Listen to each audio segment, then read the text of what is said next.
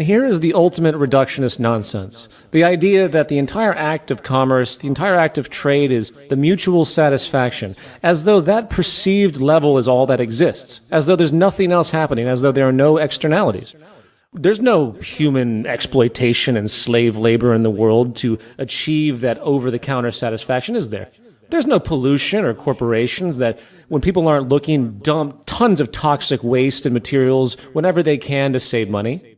There's no realization that someone might not be able to feed their family because of something out of their control, where there's a downsizing of their corporation due to some other competitor's deep advantage. When this market correction, which is natural to the system, could very well get them evicted from their home. There's nothing in advertising by these so-called innocent corporations, or businesses, I should say, to manipulate the values of the public to favor their goods, even though in many cases it is the highest expense paid for by any business. Forget about the historical fact of planned obsolescence, which basically screws over the consumer immediately upon purchase, not to mention intrinsic obsolescence, meaning unnecessary waste due to this competitive mechanism to produce the so-called best at the lowest possible price, which doesn't produce the best at all. And I'm sure the tobacco companies really meant well, even though they knew early on that their product was deadly and addictive. But they're trying to satisfy their customers the best they can, especially since they're addicted and they'll just keep coming back for more. Same with the alcohol industry.